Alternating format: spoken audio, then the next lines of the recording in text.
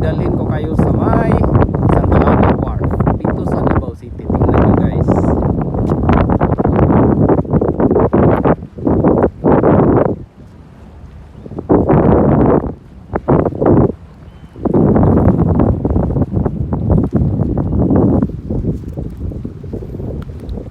Ito na siya ngayon.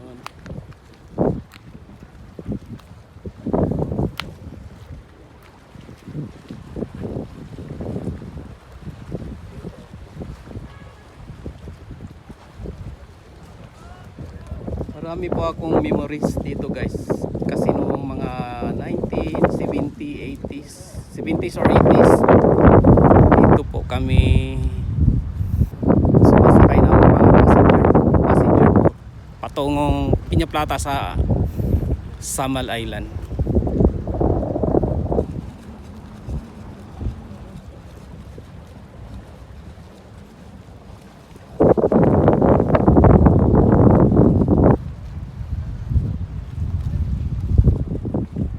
Pero ngayon wala na yung passenger boat. Ayun.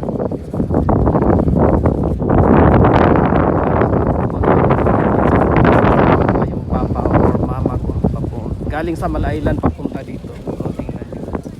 At saka marami pang barko ito.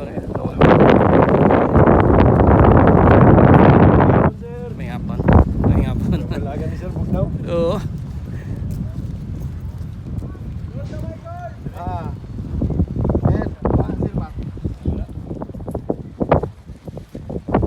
Ngayon guys, makita natin yung napakataas na bridge, tulay. Tingnan nyo guys, tulay ito.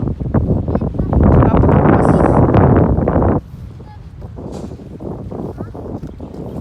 Tulay ng Coastal Bridge. Makita natin, tingnan nyo. Makita ko sa inyo. Hindi pa ito natapos guys.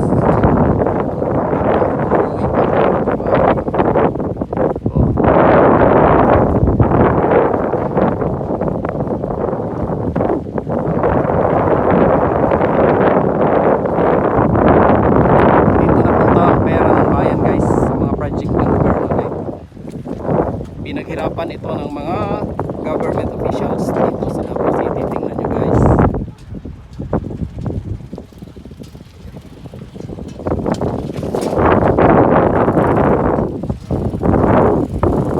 Tingnan.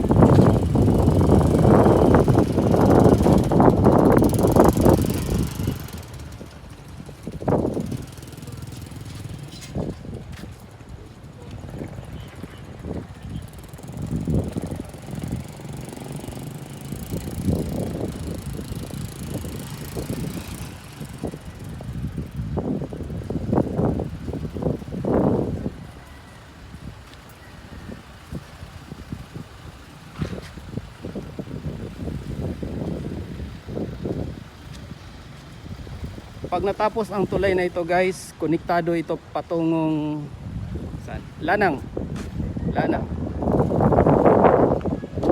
Makaka-ace ito sa traffic doon sa may gitna ng Davao City. Kaya nilagay ito postal road ito guys.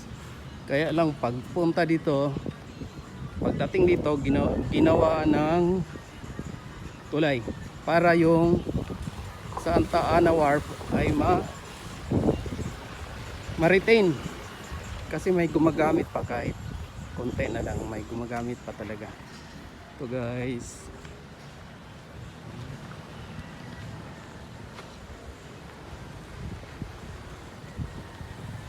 hanggang dito na lang.